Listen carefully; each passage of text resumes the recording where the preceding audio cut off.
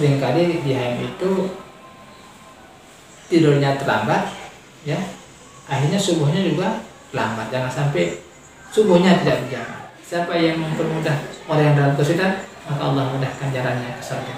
Salah satu jalan ke surga itu adalah ilmu. Nah, ilmu itu ditunjang. Mau mengembangkan ilmu harus ada fasilitas.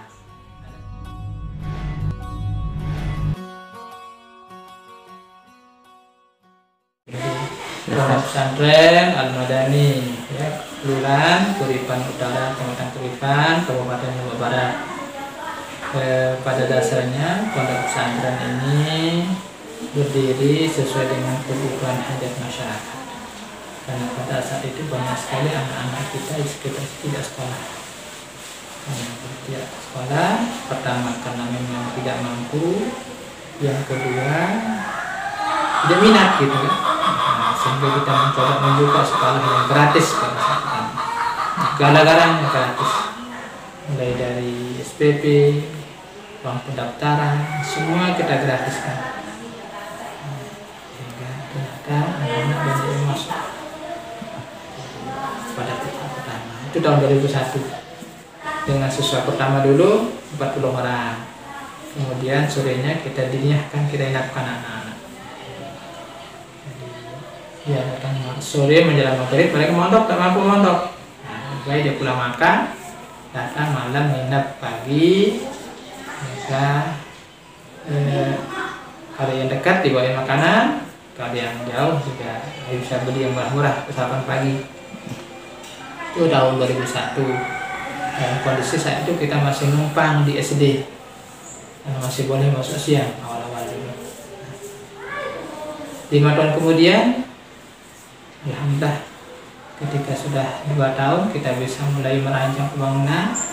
Tahun kedua sudah berdiri gedung, tahun ketiga sudah bisa ditempati gedungnya, dan itu hanya 3 lokal, jadi tanpa kantor, ya, 3 lokal tanpa kantor, hanya kelas 1, 2, 3 di halaman.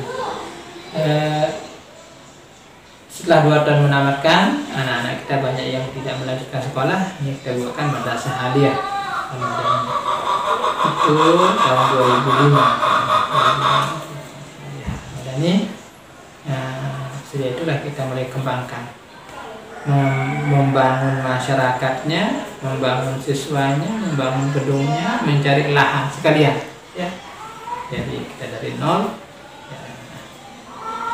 Seiring dengan itu juga sejak itulah sekitar tahun 2005 ada salah adik-adik akhirnya tahu bahwa ternyata saya itu alumni HMI gitu. Akhirnya dia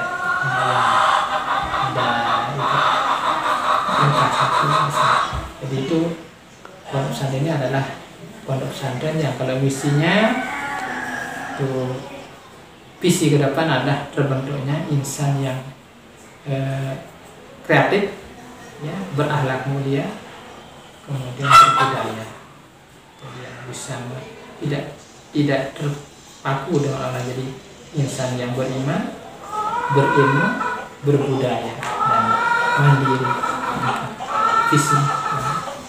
Tadi disebutkan bahwa ternyata tuan guru di sini itu alumni HMI gitu. Dengan semakin marak kader-kader HMI untuk melaksanakan LK di sini, kan dah tanggapannya. Ya, alhamdulillah. Jadi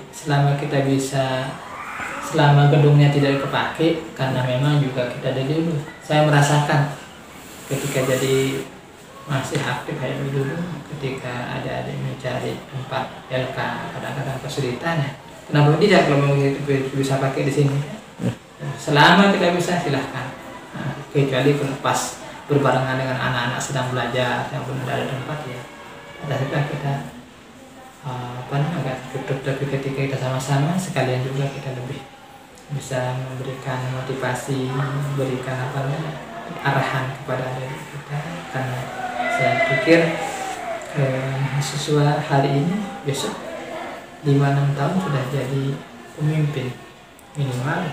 Jadi kalau mereka sudah terlatih organisasi dengan baik, insya Allah, ya. Jadi kami sangat open, karena ya saya merasakan pernah di HMI, sakitnya ada di HMI, jadi ketika mengusulkan, dan prinsip kami di sini yassira wa la tu'assira. permudah, jangan persulit. Siapa yang sudah may yassara ala mu'sirin yassarahullah tariqan ilaihi. Siapa yang mempermudah orang yang dalam kesulitan, maka Allah mudahkan jalannya ke surga. Salah satu jalan ke surga itu adalah ilmu. Ilmu itu ditunjang. Mau mengembangkan ilmu harus ada fasilitas, ada guru.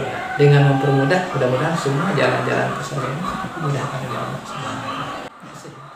Selain pernah berproses yang sama seperti kader-kader HMI sekarang atau bahkan jadi alumni sekarang ada dan begitu banyak kader HMI yang tercetak di pondok pesantren ini, selama itu apa yang dirasakan sampai sekarang ada?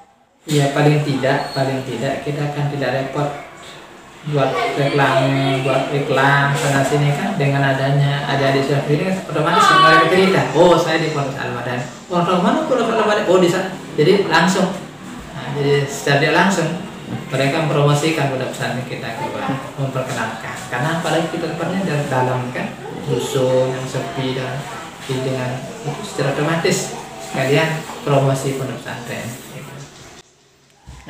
Pernah nggak kira-kira merasa terganggu gitu kira-kira dengan aktivitas LK1 misalnya khususnya HMI cabang Mataram kadang-kadang bersamaan gitu dengan aktivitas belajar siswa-siswi sini? Ya ada saja kadang-kadang pas selesainya ada HMI pulang awal gitu kan, tidak bersih ini ngomong ke yang lain kan, kenapa kok yang mahasiswa ini nggak kayak kemarin gitu kan macam-macam ada itu. Ini meninggalkan bau saja katanya kan. Ada saja gitu kan. Jadi harapan kita kalau ada di sini ya datang ketemu bersih, kembali bersih gitu minimal itulah. Supaya jangan kesannya kayak lalat gitu kan. Datang bersih, pulang tinggalkan penyakit gitu kan. Selama itu. Terakhir Anda mungkin selaku ketua pondok pesantren atau juga sebagai alumni HMI, apa kira-kira pesan atau kesan-kesan yang ingin disampaikan kepada HMI khususnya untuk HMI cabang Mataram ke depan? Jadi satu ya, jadi ini jangan kayak sebagian, karena seringkali di HMI itu tidurnya terlambat ya, akhirnya subuhnya juga lambat. Jangan sampai subuhnya tidak berjamaah. Jadi karena kunci itu kesuksesan itu adalah bangun pagi itu. Ini pesan saya. Jadi silahkan jam berapa saya tidur, tapi jangan sampai tidak sholat subuhnya berjamaah, jangan sampai terlambat bangun. Yang kedua, kami berharap pada adik-adik, jadi jaga sholat. Karena dengan jaga sholat itu insya Allah yang lain akan jadi baik. Karena sholat itu mencegah keinginan. Jadi inna sholata tanha 'anil fahsya'i wal munkar, ada dua makna. Pertama, dengan melaksanakan sholat yang baik, disiplin, kita terjaga daripada perbuatan keji dan munkar. Yang kedua, perbuatan keji dan munkar itu menghalangi kita untuk bisa sholat dengan baik dan benar. Jadi jaga makanan, jaga pergaulan, jaga sholat. Jadi akan nanti saya mengadu makanan yang baik, pergaulan yang baik, kelakuan yang baik membuat kita ringan melakukan sholat. Sholat yang baik membuat kita menjadi ringan melakukan kebaikan. Jadi saling tarik. Yang kedua, yang kedua ada ini siapkan diri baik-baik untuk jadi pemimpin ke depan. Karena bagaimanapun masyarakat mengharapkan orang-orang yang pertama yang berjiwa mulia, berilmu pengetahuan yang cendekiawan, membuat ilmu, yang tidak punya keberanian, tetapi jangan beraninya babi, berani dengan ilmu, punya semangat jihad, ya, lalu ikhlas dan istiqomah. Jangan hangat-hangat tai ayam, gitu. Pas baru selesai, semangat, pas nanti jadi istiqomah dalam kebaikan. Insyaallah selamat. Terima kasih Kanda, barangkali ini saja yang bisa kita Okay. bisa berkah.